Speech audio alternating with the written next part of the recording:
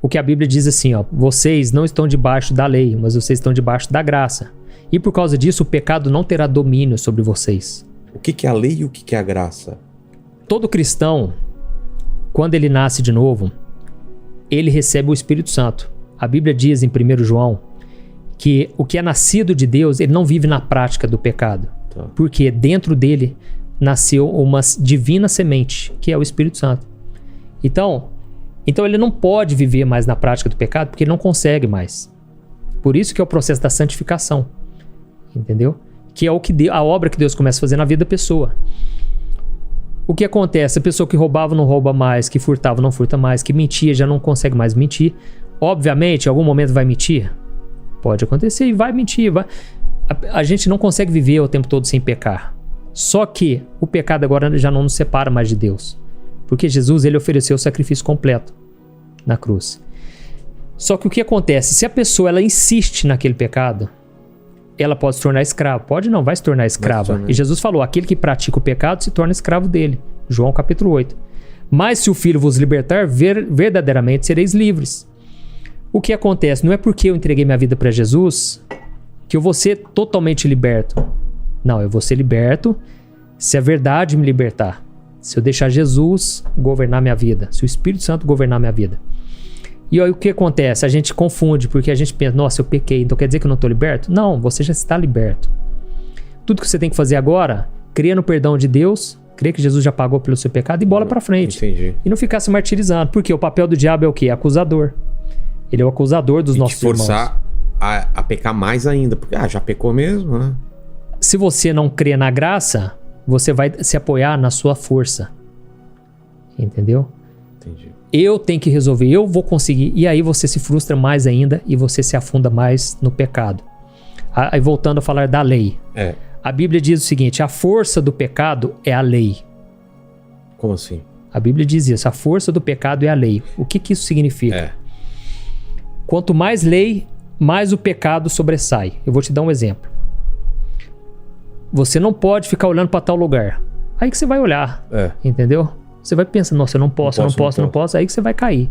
Não posso pecar com o meu olhar. Aí que você vai olhar mesmo, você vai se afundar, entendeu? Ou seja, a lei, como que surgiu a lei?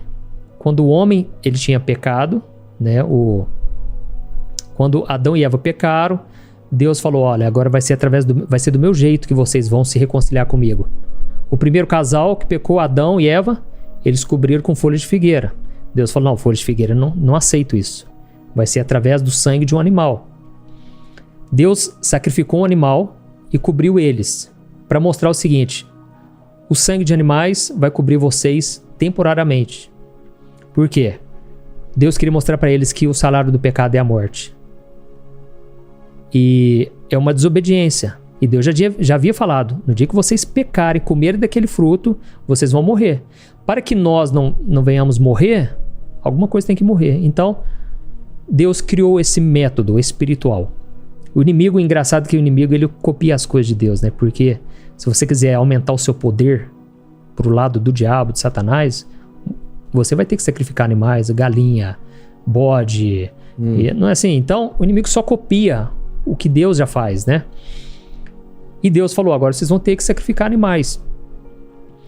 Só que o ser humano, cada vez mais, eles não queriam, eles pensavam assim, ó, eu vou pecar e depois é só matar um cordeiro, matar um touro, matar um bode e tá tudo resolvido, entendeu? E aí, até mesmo quando Jesus veio aqui na Terra, o sistema religioso estava defasado desse jeito, entendeu? Comercializando, via que o pessoal que precisava do animal para sacrificar, colocava uma inflação absurda em cima daquilo, entendeu? Né? Mas eu não negociando. Eu não entendi o lance da lei. Aí o que aconteceu? O povo vivia como ovelha desgarrada, né?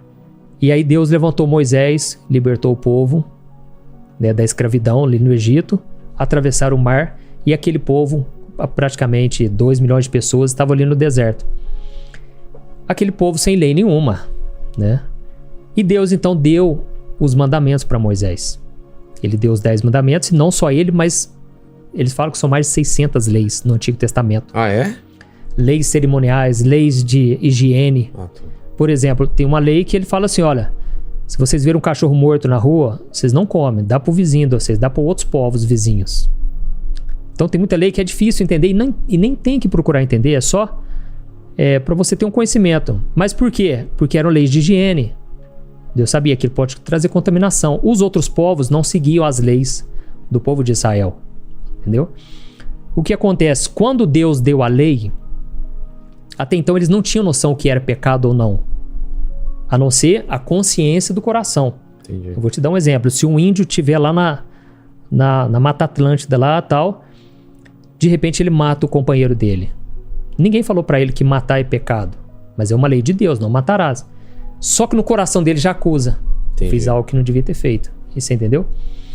Segundo o apóstolo Paulo, aqueles que não conheceram a palavra de Deus, não conheceram Jesus, serão julgados de acordo com a lei da consciência. A Bíblia não fala muito sobre isso, mas enfim, vamos voltar aqui. Quando Deus entregou a lei para Moisés, o povo falou assim, olha, pode ficar tranquilo, nós vamos te obedecer em tudo.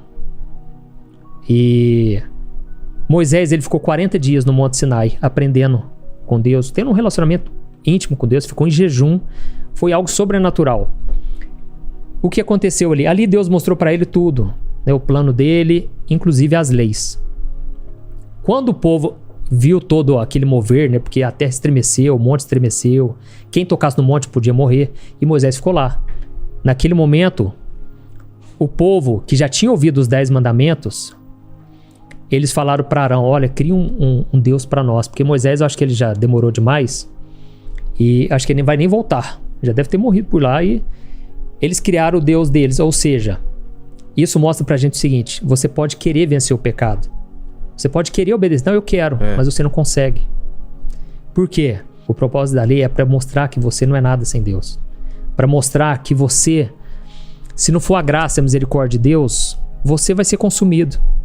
E é por isso que Paulo diz, aqueles que quiserem ser justificados pela lei, é loucura, é querer ser condenado, porque se você falhar em um só... ferrou, acabou. Entendeu? Você entendeu? Então, a lei... Essa é a lei. E aí depois explicar a graça, né? Essa é a lei. Coisa. A Bíblia diz, a lei veio por Moisés, a graça veio por Jesus. Nós estamos numa nova aliança agora. Com Jesus muda tudo. Até Jesus era a lei. Era a lei. Até mesmo quando Jesus estava aqui na Terra, ainda era a lei. Foi somente a partir da morte dele e da ressurreição que começou a graça. A lei, ela veio para revelar o pecado em você. Pô, agora eu sei que eu sou pecador. Porque a Bíblia diz que eu sou. Até então eu não tinha conhecimento. Pai e mãe, não matarás. Não furtarás, né? Ama o teu próximo e... Coisas que a gente sabe que é correto, mas a gente tá sempre transgredindo a lei. A gente tá sempre falhando nela, entendeu? Então o propósito dela é você chegar à conclusão, eu preciso de um salvador, cara. Eu preciso de que Deus me salve, porque eu por mim mesmo não consigo. E eu vou te dar um exemplo no Novo Testamento. Certa vez Jesus estava com as criancinhas e ele pegou elas no colo e tratava muito bem, né, cara? Jesus deu atenção para as mulheres, para as crianças. E os discípulos falaram, Jesus, deixa essas crianças para lá, né? Foca aqui no que você está ensinando para nós. E ele falou, não, deixa vir as minhas criancinhas. O reino de Deus pertence a elas. Na mesma hora, veio um moço muito rico, que ele era estudioso dos religiosos. Tudo indica que ele era estudioso, estudou com os religiosos, os fariseus, né, os rabinos e tal. E ele chegou e se prostrou diante de Jesus e falou, bom mestre, o que eu tenho que fazer para ser salvo? Com certeza ele viu em Jesus um religioso diferente, amoroso, porque os outros que eram voltados só para a lei, não pode isso, não pode aquilo outro, cheio de regras. Eram homens ranzinzas, julgavam os outros o tempo todo, achavam que eles eram dono do céu, por serem descendentes de Abraão. Jesus falou, vocês estão achando que só porque vocês acham que são descendentes de Abraão, vocês vão herdar o reino de Deus? Não é assim não. As prostitutas, os cobradores de impostos, estão passando à frente de vocês. Vocês são porteiros do céu, na verdade. Vocês não vão entrar e não estão deixando os outros entrar. Então Jesus, quando você vê Jesus bravo, é contra essa raça, entendeu? E é engraçado, né? A gente tentar imaginar Jesus, que é Jesus bravo, né? Irado, né? Que ele estava como humano também aqui, né? Não é? A Bíblia diz lá em Isaías que Jesus, ele veio como... A boca dele era como uma espada afiada. Inclusive, eu não me lembro qual capítulo de Isaías, mas diz que até mesmo ele se frustrou muitas vezes. Quem? Jesus? Por ter proferido algumas coisas? Porque não via resultado muitas vezes. Ah, é? É. Na terra dele ele não operou milagres. Os fariseus, ele queria que eles se convertessem de verdade. Não se convertia, cara. Pelo contrário, entregaram ele. Então, e Jesus... não era Deus que falava assim, converte. E o cara... Não, era Deus pelo convencimento, né? Exatamente. E aí esse jovem, ele chegou para Jesus, bom mestre, o que eu tenho que fazer para ser salvo? Na hora Jesus falou, não, bom é Deus. Jesus já quis tirar essa ideia dele de... Como se diz? Ele tinha a ideia, tipo assim, existem pessoas boas. Eu estou buscando ser uma pessoa boa. Jesus quis tirar essa imagem dele. Você não tem que buscar ser uma pessoa boa. Você tem que buscar andar com Jesus. Ele vai te tornar bom. Se hoje eu ajudo as pessoas e eu tenho essa motivação todos os dias, é porque Jesus me capacitou para isso. Ele coloca esse amor, sabe? Porque senão eu seria egoísta como todo ser humano é, por natureza. O que aconteceu? E Jesus falou assim, não, só Deus é bom. Aí Jesus falou, você quer saber como herdar a salvação? Obedeça os meus mandamentos. Na hora ele falou, graças a Deus, né? Ele pensou, né? E ele falou, Jesus, desde a minha adolescência eu sigo os mandamentos.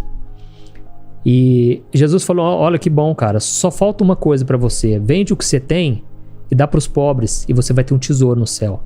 Putz.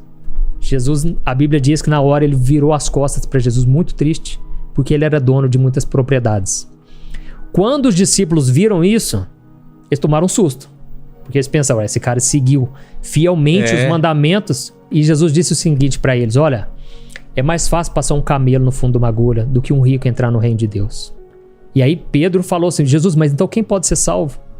E ele falou, para o homem isso é impossível, mas para Deus todas as coisas são possíveis. Jesus já estava falando, profetizando a respeito dele mesmo. Ele ia tornar possível isso. Então o que acontece? Aonde foi que ele errou? Se o cara seguia fielmente, ele não amou a Deus sobre todas as coisas. Porque Jesus disse, ou você ama a Deus ou você ama o dinheiro. Você não pode servir a dois senhores. Porque você vai odiar um e amar o outro, ou vice-versa. Ou seja, era um cara que seguiu fielmente. Com certeza era muito educado, boa pessoa. Não julgava ninguém, não tratava ninguém mal. Muito amoroso, tudo mais. Mas não amava a Deus sobre tudo, ele amava o dinheiro. E Jesus falou, só falta uma, cara. Você bateu na trave. E o que tem hoje em dia é o quê? Pessoas querendo querendo entrar. E Jesus falou, poucos vão entrar porque a maioria tá errando, cara, o alvo. Entendeu? E o que acontece? A lei, ela revela o seu pecado. Você recebe a lei, nossa, então quer dizer que é isso. E é por isso que quando você vai evangelizar alguém, é bom você falar primeiro da lei. Para a pessoa pensar, nossa, então quer dizer que eu não consigo, né? Eu não consigo me salvar. Exatamente. Graças a Deus, porque agora Jesus, ele já consegue por você. Você entendeu? Hoje em dia, a gente quer viver um evangelho tão light que a gente fala, não, Jesus te ama, cara. Que isso? Deus te perdoa. Só que não fala do que Jesus veio fazer na cruz, cara. Não foi barato o que ele fez. Entendeu? Para você ter noção, todo pecado gera morte. E todo ano o sacerdote tinha que ir lá sacrificar animais. E era cansativo, era desgastante. Quando Jesus veio, João Batista falou, esse é o Cordeiro de Deus, que veio tirar o pecado do mundo. Ou seja, não precisa mais sacrificar animal. Nunca mais. Não tem mais sacrifício que possa ser feito. Se você pecou e foi da pior forma e já conhece a palavra, o sangue de Jesus ele te perdoou.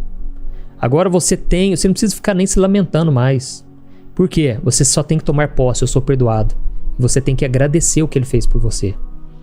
Então é diferente, até quando você pede perdão, é com a consciência de que você já está perdoado. Entendi. Porque a Bíblia diz em Hebreus que ele aperfeiçoou para sempre, através do seu sacrifício, a obra de Deus na nossa vida. Então, nós estamos nesse processo de santificação, mas nós já somos salvos, nós já somos perdoados, abençoados, nós já temos o melhor de Deus, entendeu? O melhor de Deus não vai vir, ele já veio, entendeu? E aí o que acontece? Hoje você vê nas igrejas o quê? Pessoas deprimidas, com medo de serem castigadas, nunca acham que podem entrar na presença de Deus, assim, confiantes, sendo que a Bíblia diz agora nós podemos entrar com confiança no Santo dos Santos. que era um acesso só do sacerdote lá. E quem não era podia ser alvejado. Alvejado, Agora, qualquer pessoa, cara. Por exemplo, a gente faz uma oração para a pessoa crer em Jesus, receber Jesus. Nem uso a palavra muito aceitar Jesus. Dá a impressão que eu tô fazendo um favor. Jesus, tô te fazendo um favor. Aceitar. Poxa, eu vou te aceitar, vai, tá bom. Não, eu vou receber a graça, né? Inclusive, tudo que você vai ver no Novo Testamento fala sobre receber. Quando eu falo da lei, a lei também representa o seguinte, o esforço humano. É o esforço de querer ser abençoado por Deus. Eu vou te dar um exemplo. Tem muitas pessoas que pensam o seguinte, se eu deixar de dar o dízimo, Deus não vai me abençoar. O dízimo é um exemplo claro da lei do Antigo Testamento. Quem não dava o dízimo, realmente, vinha o devorador e a pessoa sofria as maldições. Quem não obedecia, lá em Deuteronômio 28 fala, quem não obedecer vai sofrer castigo, vai se castigar. Quem obedecer vai comer do melhor dessa terra. Na nova aliança, não. Você não vai ser amaldiçoado mais. Você já está em Cristo. A Bíblia diz que já não existe mais condenação para aqueles que estão em Cristo. Entendeu? O que vai acontecer é o seguinte, então quer dizer que eu posso pecar e viver a vida do meu jeito?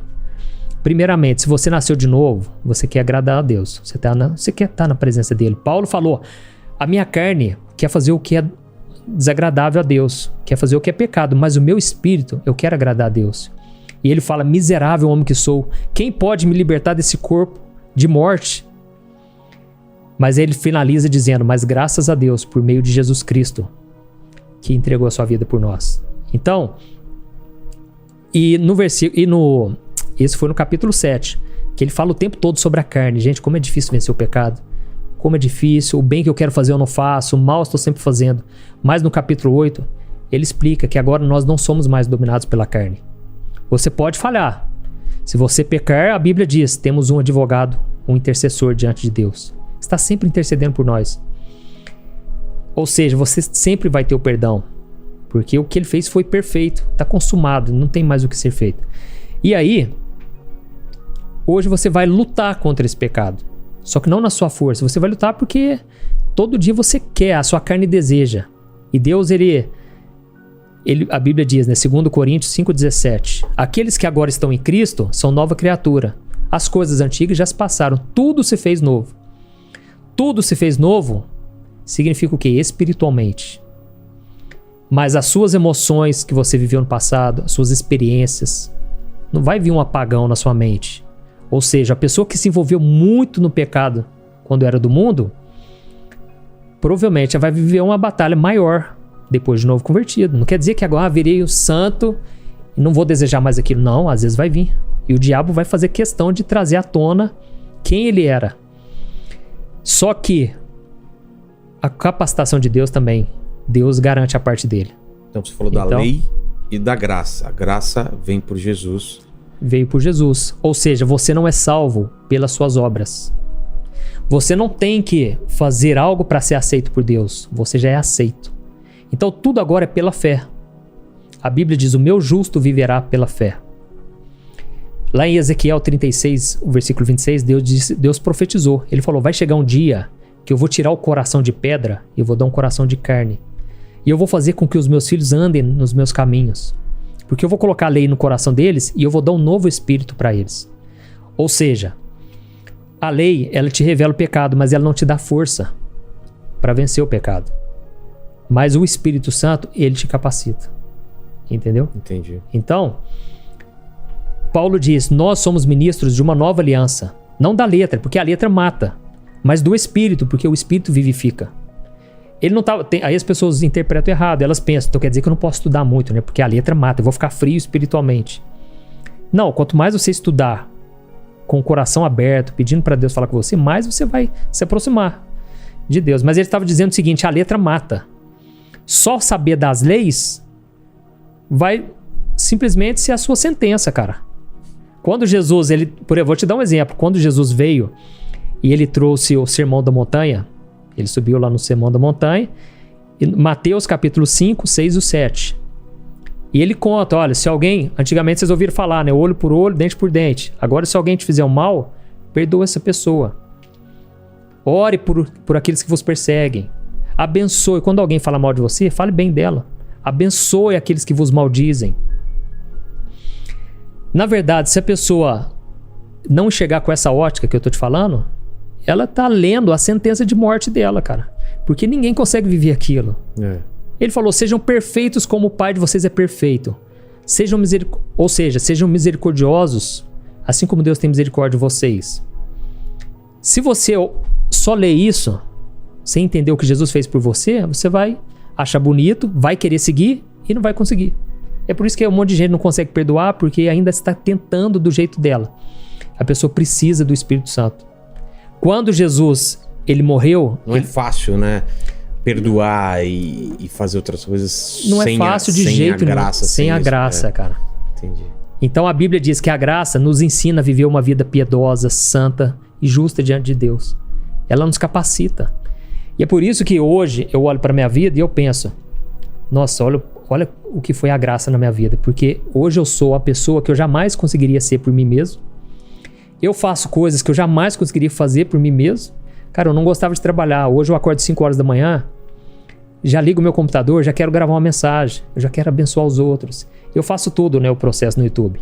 Eu faço as capas, faz tudo? Faço o título, só não edito mais. Antes eu editava. Agora tem um moço que me ajuda. Eu faço coisas que eu jamais conseguiria fazer. Eu estou conseguindo cumprir a vontade de Deus, viver o chamado que Ele tem para mim, mas se fosse por mim mesmo eu jamais conseguiria, entendeu?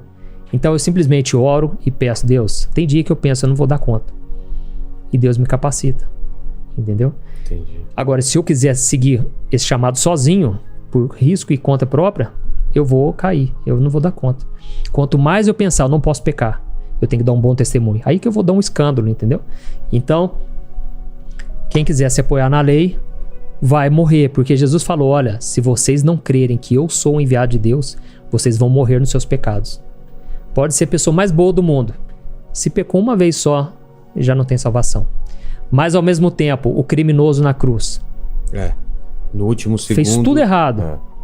Quem garante que depois que ele se ele tivesse a oportunidade de descer da cruz, quem garante que ele ia conseguir mudar de vida?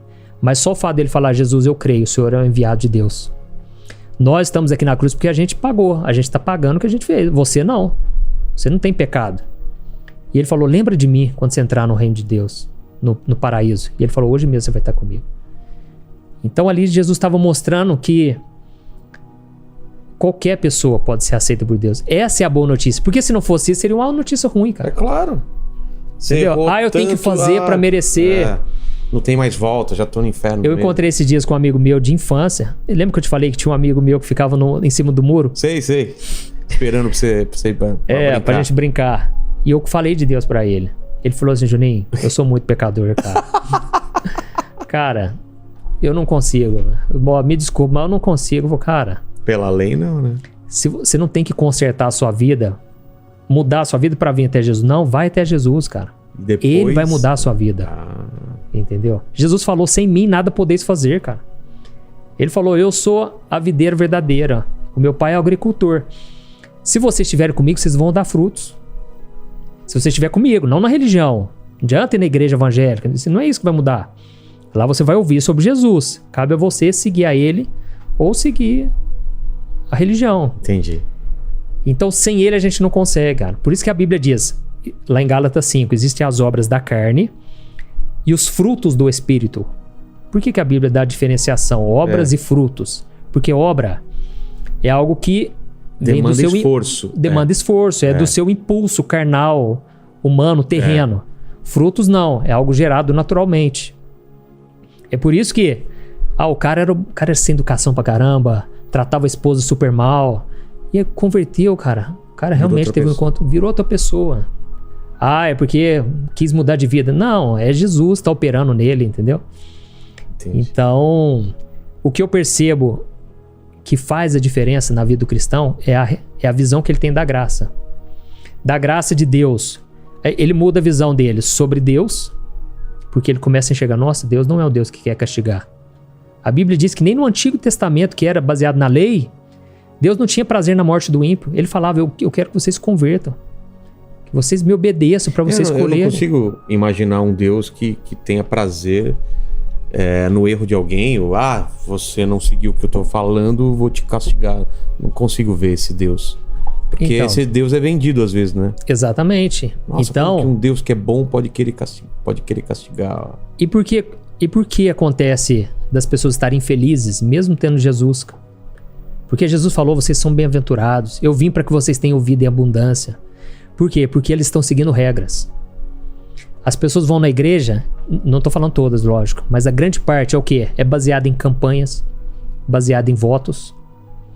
A pessoa pensa assim, nossa, eu não posso falhar com a campanha. Se eu falhar, Deus não vai me abençoar. Então, se eu não tiver uma convicção na palavra, as pessoas vão me convencer, vão me aprisionar com regras, entendeu? Entendi. Então a gente tem que viver a graça. Lá em Hebreus capítulo 2, diz o seguinte: nós não devemos desprezar a bondade, a tolerância e a paciência de Deus, porque é a bondade de Deus que nos leva ao arrependimento. Deus é muito bom, Deus é misericordioso, Deus é Deus de graça. E é a bondade dele que nos convence. E quando eu li isso aí, eu achei muito interessante, porque eu pensei, gente, não é o castigo, o medo de ser castigado que me faz se arrepender? Isso aí, na verdade, gera um remorso só. Eu sinto culpa, nossa, eu fiz o que é errado, mas eu não me entreguei de verdade. Porque arrependimento é mudança de mentalidade. Eu não quero mais isso pra minha vida. Simplesmente, não convém mais eu praticar isso. Então é a bondade de Deus que nos convence do pecado. Só que essa bondade nem sempre é passar a mão na cabeça. A Bíblia diz, por exemplo, lá em Hebreus capítulo 12, que Deus é Pai e Ele nos disciplina porque Ele nos ama. E a gente não pode desprezar a disciplina dele, porque vai doer e vai ser ruim, mas depois vai trazer frutos na nossa vida. Entendi. Então, o que é aquilo que eu tinha te falado, eu me converti, entreguei a vida para Jesus e agora estou vivendo no pecado mesmo. Deus vai te disciplinar. Quer dizer que você sofreu um acidente? Não. Deus vai fazer eu pagar. Não, Jesus já pagou. Só que Ele vai te disciplinar. Primeiro, eu acredito, Deus fala com a gente no individual. Ele vai nos convencendo, meu filho, sai dessa. Isso esse ambiente não te convém. Ele traz pessoas que te falem isso direto ou indiretamente, às vezes também. Isso. Não vai mudar, não quer mudar? Aí às vezes Deus tem que usar alguém. Alguém percebe. Entendeu? O pastor que às vezes fica olhando o rabo de saia, alguém chipou o pastor. Esses dias eu ouvi já faz um tempo, de um cara, filho da pastora da igreja, frequentando prostíbulo. Sim. É mais comum do que a gente imagina. Quem quiser viver baseado, tipo, não posso fazer isso, vai fazer. Meu amigo, aí que a pessoa ela não vai ter força para vencer. Entendi. É a dependência de Deus, é você orar, deixar a palavra transformar a sua vida, que aí você começa a experimentar a vontade de Deus, que é boa, perfeita e agradável. Entendi. Então, nem lembro o que eu tava falando. Não, você falou que só ia concluir isso daí quando a gente tá falando de graça e a lei. Da bondade de Deus. Aí o que acontece? Isso. Deus vai nos disciplinar, entendeu? E Deus já me disciplinou muitas vezes. A gente sente Deus falando com a gente, Deus nos chamando. Você fala, o disciplinar é como um pai, às vezes, dar um castigo, o que a gente chama de castigo. Não é um castigo, né? O meu filho, por exemplo, se ele fizer alguma coisa de errado, eu não vou maltratar ele. Não, mas, por exemplo, você tira o videogame dele. Ou você tira... Meu filho, quando ele tá muito manhoso, a gente tira a tablet dele e fica um tempo. É um castigo, mas ele entende que aquilo é errado. Primeira coisa, Deus, Ele não cria o mal. Deus não Ele pode permitir, entendeu? Tá. Ele não joga uma doença pra alguém pra castigar. Exatamente. Inclusive, eu já vi pessoas, um moço que, depois de convertido, ele não abandonou essa vida sexual. E o que aconteceu? Teve uma doença sexualmente transmissível. Entendi. Entendeu? A Bíblia diz, no próprio livro de Hebreus, capítulo 12, trate as dificuldades como disciplina de Deus. Lá fala exatamente assim.